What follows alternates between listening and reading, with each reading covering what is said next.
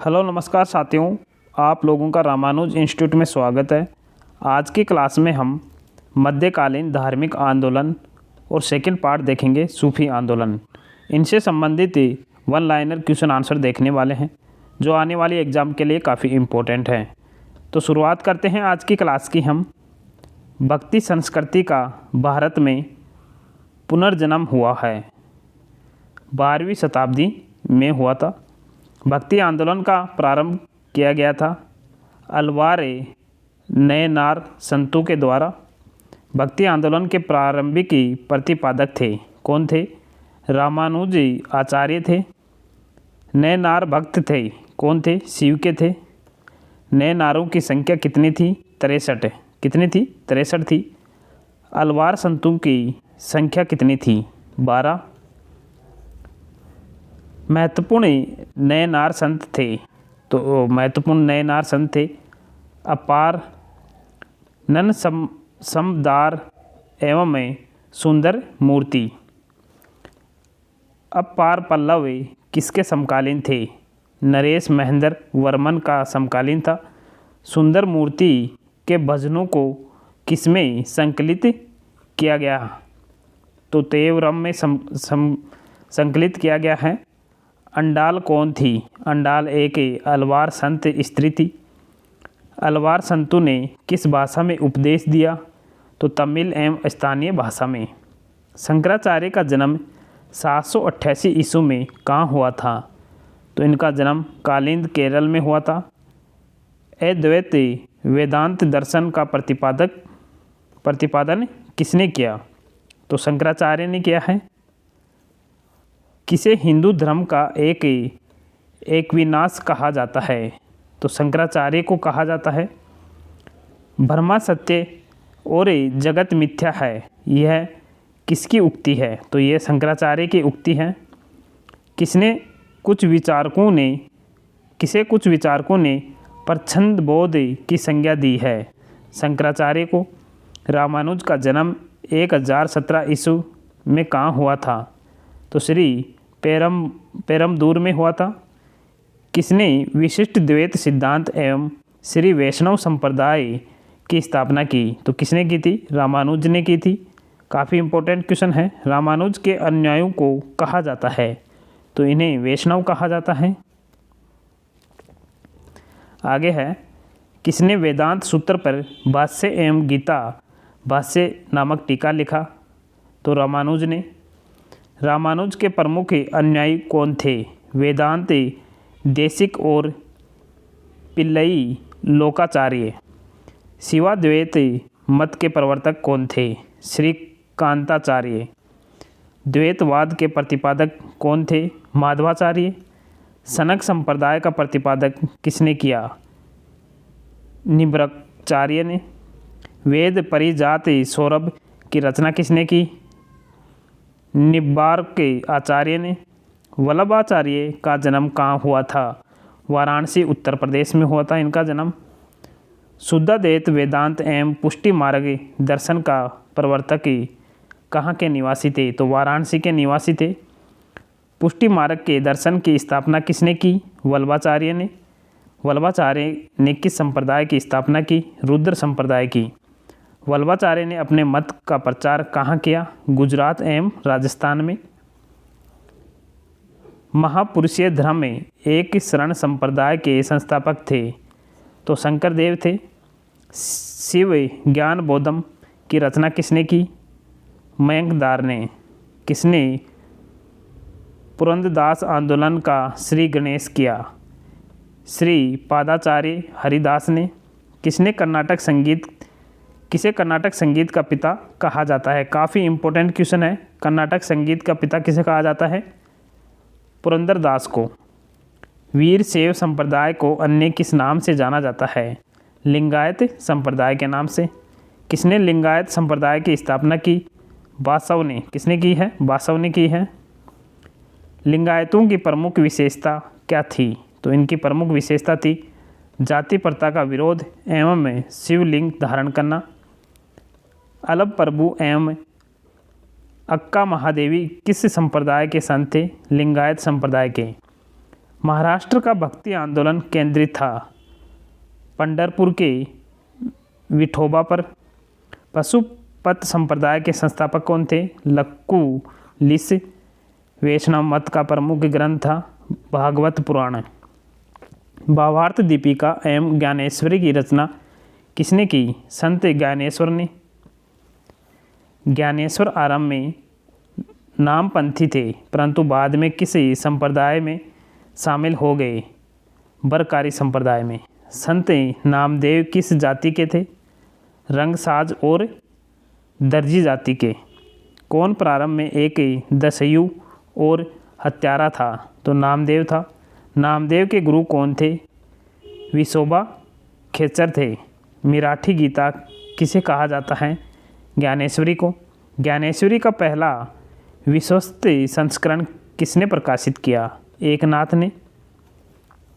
यदि संस्कृत देव भाषा है तो क्या मेरी मातृभाषा मराठी दस्यु भाषा है? यह उक्ति किसकी है? एकनाथ की। तुकाराम कौन थे? तो मराठी संत एवं महंतम कवि थे। भक्त तुकाराम किस मुगल सम्राट के समकालीन थे? तो जहांगीर के समकालीन थे। रामदास किसी संप्रदाय के संत थे? दरकारी संप्रदाय के। दास बोध की रचना किसने की थी? तो रामदेस ने की थी। शिवाजी के आध्यात्मिक गुरु कौन थे? समर्थ रामदास थे। बंगाल का भक्ति आंदोलन किस परंपरा से प्रभावित था? वैष्णव परंपरा से प्रभावित था। गीत गोविंद की रचना किसने की थी? तो गीत गोविंद की रचना जयदेव ने की है। काफ़ी इंपॉर्टेंट है, बहुत बार पूछा जाता है ये क्वेश्चन। जयदेव किसके दरबार में रहते थे? लक्ष्मण सेन के दरबार में। प्रथम बंगाली कवि किसे कहा जाता है? तो चंडीदास को कहा जाता है। बांग्ला व्याकरण तथा वर्णमाला की रचना किसने की? विद्यापति ने की है। चैतन्य का वास्तविक नाम क्या था? विशंबर मिश्रा। चैतन्य महाप्रभु का जन्म स्थल है नदिया या नवद्वीप बंगाल के अंदर। औचित्य भेदवाद की स्थापना किसने की? चैतन्य ने। चैतन्य ने अपने मत को किस माध्यम से व्यक्त किया? भजन एवं कीर्तन से। चैतन्य महाप्रभु किस संप्रदाय से जुड़े थे? गौड़ीय संप्रदाय से। चैतन्य किस विचारधारा के संत थे? सैगुण विचारधारा के। किसे गौरांग प्रभु कहा जाता है? चैतन्य को कहा जाता है। उत्तर भारत में भक्ति आंदोलन के प्रारंभकर्ता कौन थे? रामानंद थे। रामानंद किस संप्रदाय से संबंधित थे? वैष्णव संप्रदाय से। रामानंद के आराध्य देव कौन थे? राम और सीता। रामानंद ने अपने संदेश के प्रचार के लिए सबसे पहले किस भाषा का प्रयोग किया? तो हिंदी भाषा का प्रयोग किया था। जाति पाति पूछे नहीं कोई, हरि का भजे सो हरि का होई। ये पंक्तियाँ किससे हैं? तो रामानंद की हैं ये पंक्तियाँ। रामानंद के प्रमुख शिष्य कौन कौन थे? तो रामानंद के प्रमुख शिष्य थे रैदास जो मोती जाति से थे, कबीर जुलाहा धन्ना जाट जाति से, सेना जो नाई से और पीपा राजपूत थे। कबीर का जन्म कहाँ हुआ था? वाराणसी मगहर में। कबीर किस विचारधारा से संबंधित थे? निर्गुण विचारधारा से।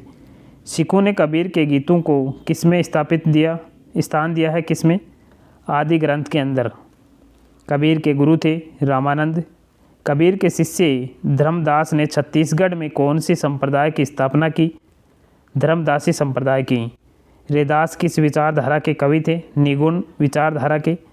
चित्तौड़ की रानी साली किसकी शिष्या थी? तो ये रैदास की शिष्या थी। कौन? चित्तौड़ की रानी साली। रैदास के गीतों को किसमें शामिल किया गया है? गुरु ग्रंथ साहिब में।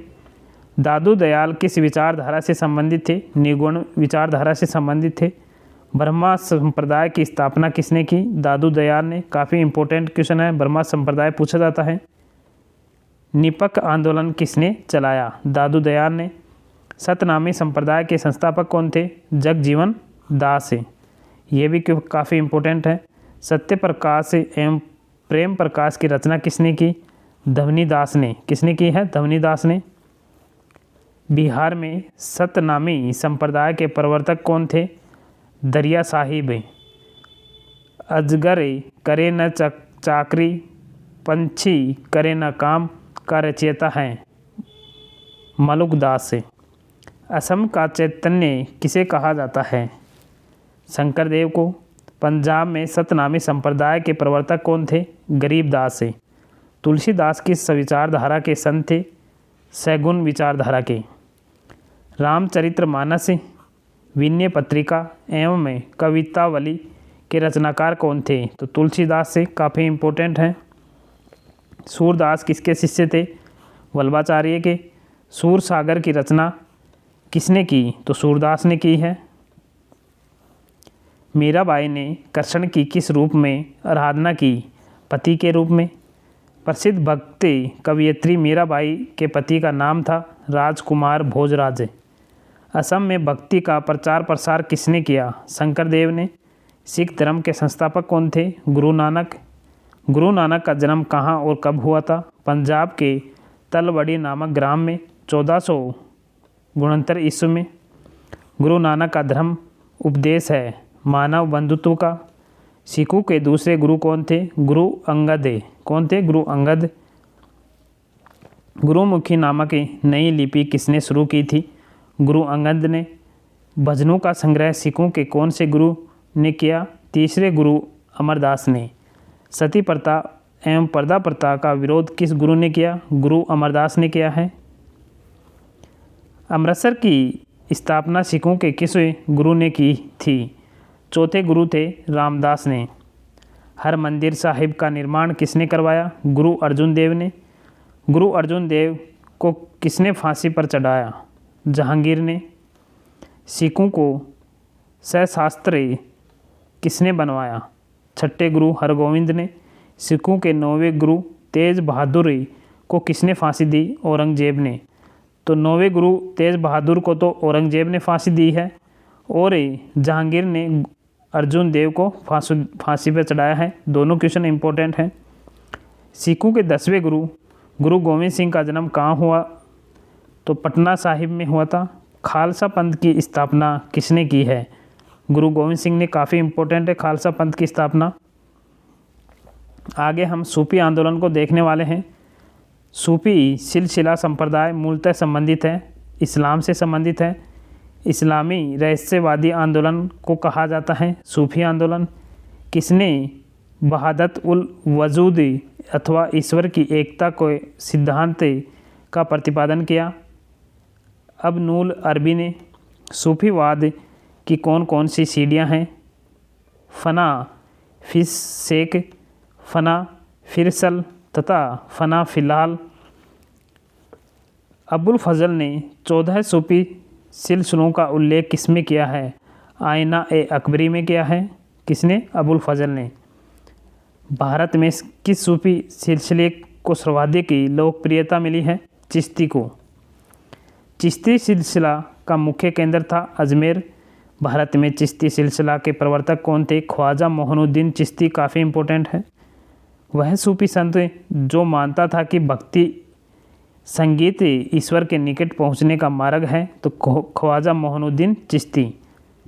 निज़मुद्दीन औलिया किसके शिष्य थे? बाबा फरीद के। महबूब ए इलाही किसे कहा जाता था? निज़ामुद्दीन औलिया को। अमीर खुसरो किसके शिष्य थे? निज़ामुद्दीन औलिया के शिष्य थे अमीर खुसरो। किसे हिंदी खड़ी बोली का जनक कहा जाता है? अमीर खुसरो को कहा जाता है। निज़ामुद्दीन औलिया का दरगाह कहाँ स्थित है? गयासपुर दिल्ली में। गयासुद्दीन तुगलक को किसने कहा था कि अभी दिल्ली दूर है? निज़ामुद्दीन औलिया ने कहा था। चिश्ती शाखा के सबसे महान सूफी संत कौन हुए? सूफी संत सलीम चिश्ती। प्रसिद्ध सूफी संत सलीम चिश्ती रहते थे फतेहपुर सीकरी में।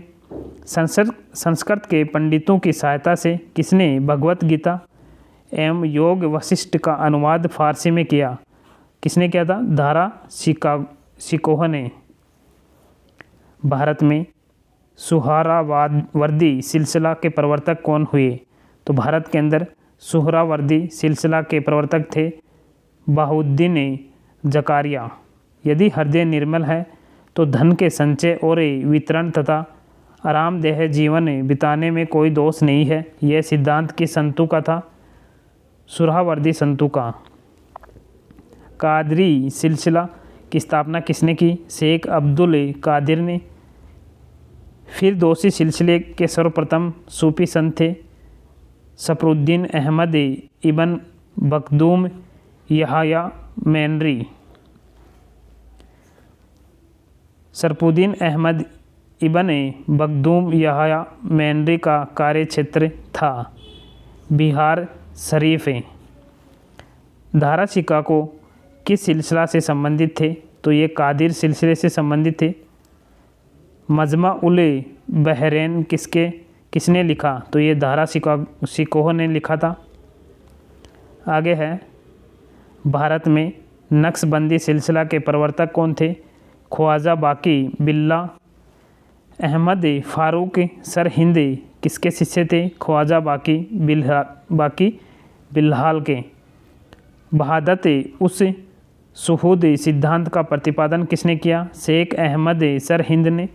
अकबर द्वारा प्रतिपादित दीन ए इलाही धर्म का खंडन किसने किया? शेख अहमद सर हिंद ने।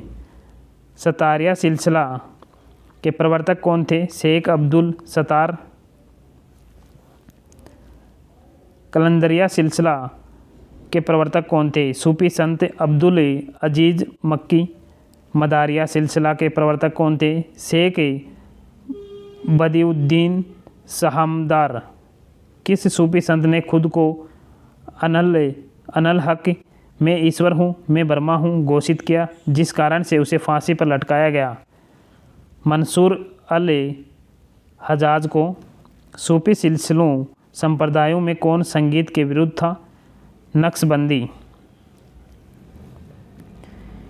चिश्ती सिलसिले के किस सूफी को चिराग ए देहलवी दिल्ली का दीपक कहा जाता था? शेख नासिरुद्दीन को। मध्यकालीन सूफियों में सबसे धनी सूफी थे शेख बहाउद्दीन जकारिया। किस सूफी को बख्तियार काकी या भाग्यवान रोटियों वाला कहा गया? ख्वाजा कुतुबुद्दीन को। किस सूफी संत को सुल्तान ए तारिकीन सन्यासियों के सुल्तान की उपाधि मिली? शेख हमीदुद्दीन नागौरी को। दक्षिण भारत में चिश्ती सिलसिले की नींव रखने वाला कौन था? शेख मुरानुद्दीन गरीब थे। मिराज उल आस्की ने उर्दू शायरी के पहली किताब के सूफी रचयिता हैं। कौन है? सैयद मोहम्मद गैसूद राज बंदान नवाज। दिल्ली सल्तनत के सुल्तान इल्तुतमिश ने किस सूफी संत को शेख उल इस्लाम की उपाधि दी? बहाउद्दीन जकारिया को। किस सूफी सिलसिले की गतिविधियों का मुख्य केंद्र बिहार था? फिरदौसी। किस सूफी संत को शेख उल हिंद की पदवी प्रदान की गई? शेख सलीम चिश्ती को। सूफिया कलाम को एक प्रकार का भक्ति संगीत है, विशेषता है कश्मीर की। तो आप लोगों को क्लास कैसे लगी? अगली क्लास में हम मुग़ल काल को देखने वाले हैं, संपूर्ण मुग़ल काल को पढ़ेंगे। वो क्लास थोड़ी लंबी रहेगी और काफ़ी इम्पोर्टेंट है, हर एग्ज़ाम में पूछा जाता है मुग़ल काल से, तो उसे ज़रूर देखना। तो और जल्द ही क्लास में मिलेंगे, तब तक के लिए जय हिंद, जय भारत, धन्यवाद।